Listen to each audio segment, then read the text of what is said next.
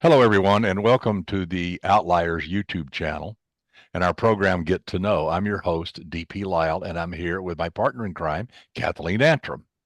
Thanks, Doug. It's great to be here. And we have a real treat for you today. Just an incredibly, fabulously wonderful writer. She is the New York Times bestselling author of over 40 novels.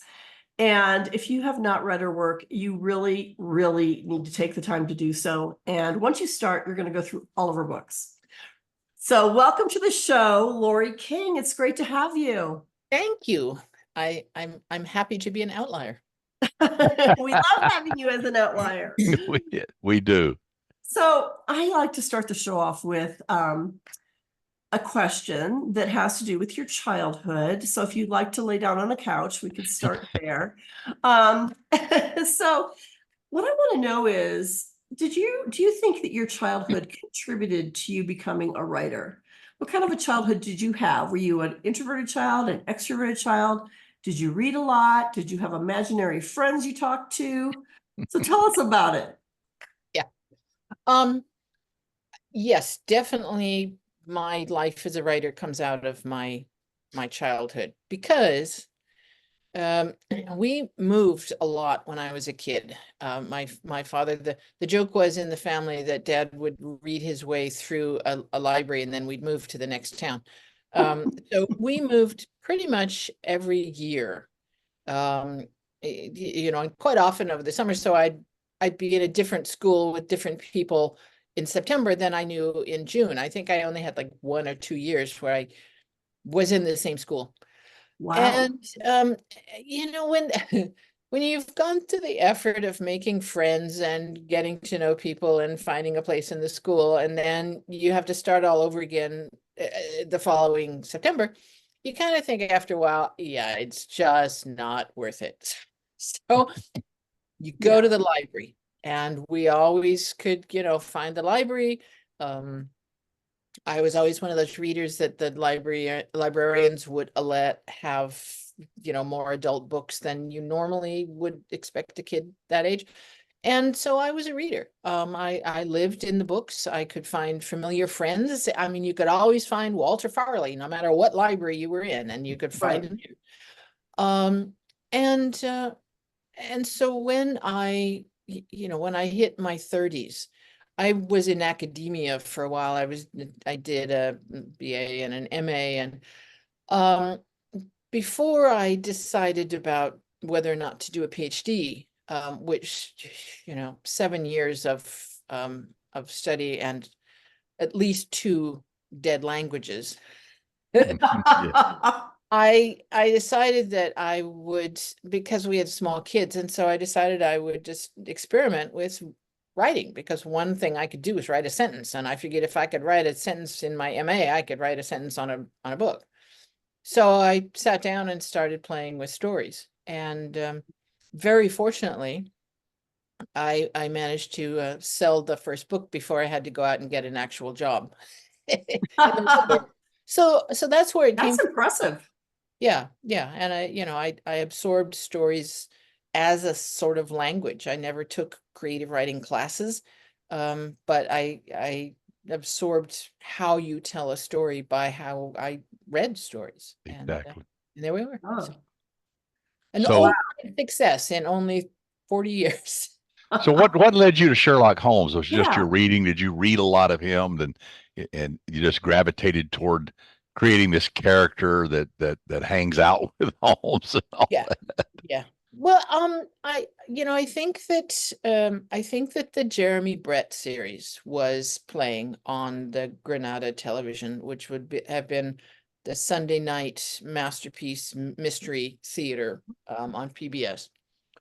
And so I think that must have been going, because Holmes was on my mind in a way that normally he wouldn't have been. I mean, I had read whatever it is you read in junior high and high school, Speckled Band and Hound of the Baskervilles. So I had read the couple of the stories, but I was not a Sherlock Holmes fan, particularly, until I sat down and wrote. I was 15 when I first met Sherlock Holmes.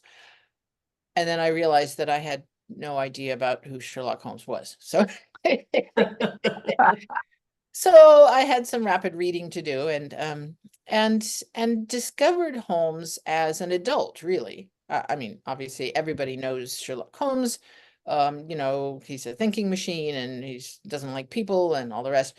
But when you come to his stories as an adult, and especially as somebody who's thinking about telling stories, um, you know, he gains a dimension that he doesn't have in the mind if you've only read him as a child, because, you know, he has humor, he has this intense passion for justice. Um, he has friendships that you tend not to think of. But so I discovered him, and what I was actually doing was writing a young female feminist 20th century version of the great detective. You know, that extraordinary mind in a different setting, in a different person, in a young woman. So, you know, I was always thinking of it as a sort of coming of age story of this amazing ability, and what she would look like if she were actually set next to the paradigm. So Mhm. that's where the Russell and Holmes books started, was what would Holmes look like if he were a young female, thus vastly So superior. it's been 30 years now. Yes. There it is. Yeah. Look at it's been, Such a yeah, cool cover. it's It is a amazing. great It's cover. did you ever think when you wrote this book that it would become this powerhouse of a series? No, you know, I think that everybody hopes that somebody other than their mother will read a book. Yeah, exactly. But we're just 2024 being the 30th anniversary of the publication of The Beekeeper's Apprentice. We're having a series of events that are scattered around the country. 3 of the 4 are connected with conferences. So we had one that was standing by itself, and one that was connected with Left Coast Crime was sort of the day before, and then one at Malice and one at BoucherCon. And letting people get together and sort of celebrate the Russell and Holmes stories. We have people teaching us how to pick locks, and people, you know, talking about bees. They bring a demonstration hive so you can find the queen. We, you know, we share art. We talk about what Mary Russell and Sherlock Holmes mean to you. I mean, it's amazing having a series that has been in people's lives for 30 years.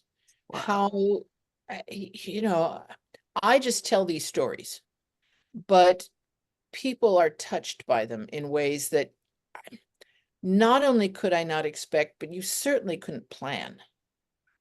That's got to be Yeah. so gratifying. Yeah.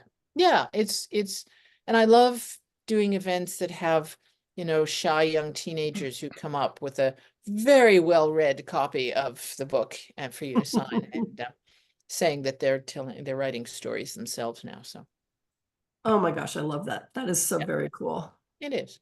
How many are in the series now? You have one coming up. We've just published The Lantern's Dance. That was out, I think, two months ago, February. And that was number 18. There's also that's it. Wow. Beautiful cover. I really like I that. I love love it. that I cover. love the cover. It is Yeah. beautiful. Really great colors. Yeah.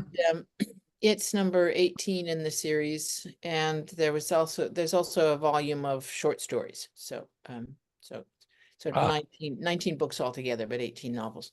And I'm working on number 19. So wow. Very cool. onward. Onward, always onward. Well, you know, you and have become kind of a guru in the Holmes world, and along with our dear friend Les Klingler, and you guys did this thing too that you And if you co-edited. look down there, you see DP Lyle on there. Yes, and I'm really proud. But I mean, look at the names of people that contributed short stories. You know, I Yeah. feel like I got invited to the party. I mean, it's but I was Yeah. thrilled when Leslie asked me, and I was thrilled to be part of it. But how did this idea? Well, this is what, the third in this series. I think I, there's 5 altogether. yeah, I Uh, think this was the third one in the series, or whatever. yeah. But a great idea to get authors to write uh, short stories with Holmes in the background.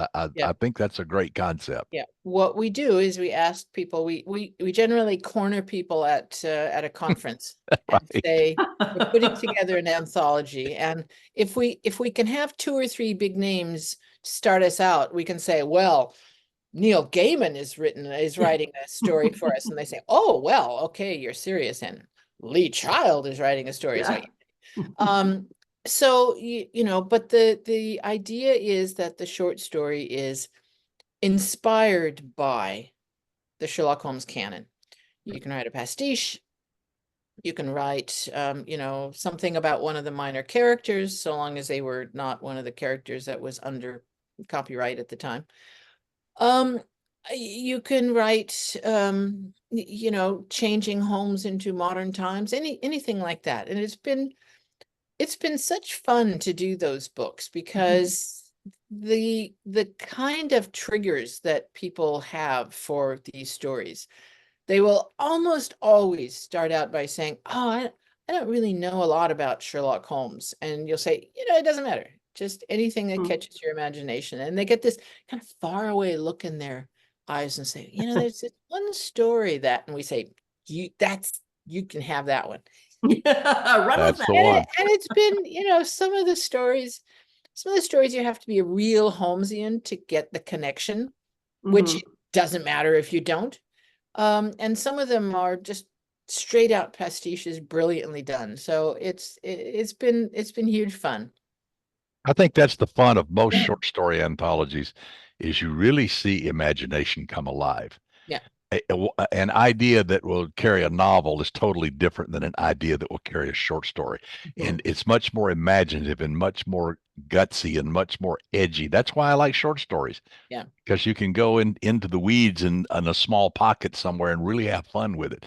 And Yeah. this was a great idea. I mean, that you guys came up with. One of the really fun things about each of them is that we kind of by accident for the first one ended up with a graphic element.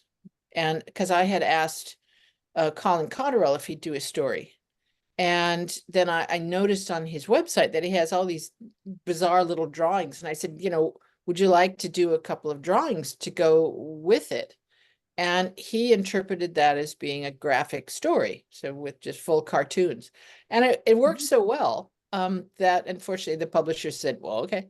And it worked so well that we had one for each story. So that's been a lot of fun, is the Ah, That graphic is elements. very cool. Yeah. Yeah. cool, cool, cool. Really interesting twist. I mean, that's really cool. Yeah. Great minds. Absolutely. So what are you up to now? Yeah, you're working on what's next? You working on the next one, I'm assuming. Number 19. Yes, Yeah. it'll be out Mhm. in June of 2025. Okay. Doesn't have a name yet, but it's about, in one of the short stories from the collection, you meet young Mary Russell and her ne'er-do-well uncle, Jake. And he's the one who gives her for Christmas one year, although they're Jewish, gives her for Christmas one year a throwing knife. And so throughout the series, that's one of her sort of characteristics, is the fact that she keeps a knife in her boot just in case. And so I always wanted to revisit Jake because I just thought he would be a fun character. And so this is his book. He reappears out of nowhere, drags her into something that she's really not too sure about. And they get into much mischief. And I'm having a lot of fun with his voice because a lot of the Russell books, because the Russell and Holmes often go off in different directions. Mhm. After I don't know, the first 6 or 8 books, I started giving Holmes his own chapters so that they're third person, but you can watch him doing things, because otherwise, you know, he goes off and then he has to come back and give her the information that he's found or write her a letter or whatever. And it was too clumsy, and it wasn't really making use of him as a character. So there's first person chapters with Russell and third person chapters following Holmes and what he's getting up to. But the Jake book has Jake in first person, as well. So Oh. you have 3 voices, and I did send the first 40 pages or so to my editor to say, does this work? Yeah, yeah. Yeah. Because Yeah. you know, when you're putting something together like that, it's when I did the first in a new series a couple of years ago, it had 2 timelines, and Mhm. to put together the things so that the then and now timelines feed into each other and don't confuse the reader, Mhm. is a very tricky. That's the rewrite stage where you're actually Exactly. making it work as a novel instead of just kind of these vague pieces that fit together and the reader would say, wow. So that's what I'm doing now is I'm still on my first draft. I haven't finished my first Yeah. draft. Yeah. I'm about halfway through it. So What's your process? Would you consider yourself an outliner or more a pantser? I mean, what? Yeah. no, my brain doesn't work with outlines. Yeah. I will sometimes, especially if it's a thriller or if it's got a complicated structure, I will sometimes do a kind of timeline because I need to know, which happens where. And so the Jake book does have a certain amount of timeline involved, but I inevitably find that I'll get, 3 steps into the timeline and then find that I've changed it and it no longer Exactly. works. And so I Yeah. have to redo it. And Yeah. but no, I think, I mean, some people's minds work being able to envision a book that doesn't exist. And Mhm. some people need to write the book, and I'm one of those. When I was a Yeah. kid, I always used to write the assignment, and then I would hand in the outline after I'd written the assignment. So Yeah. and it works the same with me. Yeah. My first drafts are like a 250-page outline. It's Sure. just the machinery of the story works. And so once the machinery of the plot from here to here to here works, then I can start making an actual novel out of it. And the the backstory of the characters, the personality, how the different people work together. So that's why Yeah. writing is So writing what for me. advice would you give writers starting out today, brand new writers, maybe somebody right out of high school or college who's decided they're going to become a writer? What kind of advice would you give them? Well, I think we all need to discover how we write. Mhm. One of the real joys of the book, the How to Write a Mystery that Lee Child and I did, was that we would ask people to write on a given topic. Mhm. So Meg Gardner, would you write a chapter on thrillers, on writing a thriller? Mhm. And we ended up with, 70 writers who contributed varying sizes. I mean, from 200 words to 2,500. And they all are writing in a personal way. They're not writing, this is how you do it. They're all writing, this is how I find I do it best. Mhm. And each of the chapters, you can really hear Meg Gardner in her chapter. And I mean, I found it really, really helpful to have that many writers saying, this is how I do it. So that we had, for example, Jeff Deaver teaches classes in how to outline, and he's very Right. structured, and he's Mhm. very real outlining stuff. So his chapter is, you must outline. The very next chapter in the book is Lee Child, and his Yeah. chapter is called Never Outline. Right. So you are required to think about what works for you. And Right. I think that to have a book that really tells you that every writer is inventing their own system is much more helpful than saying this is what you have to do. But, Very good having point. said that, what you have to do is you have to read, for one thing. Hmm. Mhm. Extraordinary how many new writers you meet who actually haven't read anything. They haven't read the So classics, they true. haven't read the most recent stuff. They just kind of like the idea of writing mysteries, and you think, why? Right, Yeah. right. And Yeah. how yeah. Like And I like think we you have to don't. read across multiple genres. Yeah, You know, yeah, I think you need Absolutely. literary fiction, humor, thrillers. I think Everything. cozies. You read all of it because you learn something from every one of them. Yeah, yeah. And you learn what works and what I mean, if you don't like something, don't write it. Yeah. Like the It's old joke that, I'd love to be a writer. It's the paperwork I can't stand. exactly, Yeah. exactly, So true. exactly. Well, everybody wants to be a writer. I mean, if you talk to anybody, they say, "I would love to write a book someday," or "I'm going to write a book someday," and the answer is always, "Well, why don't you just sit down and do it? You don't know till Right. you say It's just chapter yours. one. It's Just Try. just go. yours Yeah. You on may the you page. may shock yourself, Yeah, yeah. So true. or you Well, may Laurie, 3 hours later say, "I can't do this. This is driving me crazy." But either way, you got your answer. Yeah, Yeah. This is too much like work. exactly. It is that. There's a no lot of doubt. work. Yeah. There's So, no Laurie, doubt. tell us where we can buy your books. Where can you not buy my books? I mean, I'm Exactly. perfect. Better It's question, true. right? Yeah, I Yeah. mean, that's the advantage of having been published for 30 years is that, few bookstores have all my backlist. Mhm. Any bookstore and online thing can order it if you want it signed, obviously. My website has, you can print out a checklist, a PDF thing, so it has all the books and there's excerpts and I have a really big website that's got a lot of fun stuff that it's Mhm. attached Oh, to it cool. Okay. because my readers are really involved. Yeah. I love that. Yeah, And I love that. we will post that along with this interview so Yes. people oh, can thank go you. there. But Yeah. yeah, your website is cool. It's got a lot going on there. Yeah. Yeah, It's Yes, a lot of fun. I like it. it Well, does. Laurie, it's been fantastic to have you. We've got to have you back. Please keep us posted when your next book's going to be coming out. We can talk, Jake. So we can get that out there and promote you and promote your next book. Not that you need it, that's for sure, Yeah, but because we will enjoy doing that. Yeah. And I want to ask our viewers to please click the thumbs up. It helps with the algorithms and gets these interviews out. And please subscribe if you like our interviews so we can bring you a lot more and you don't miss any. And back to you, Doug. and thank you, Laurie. As always, it's always great to see you.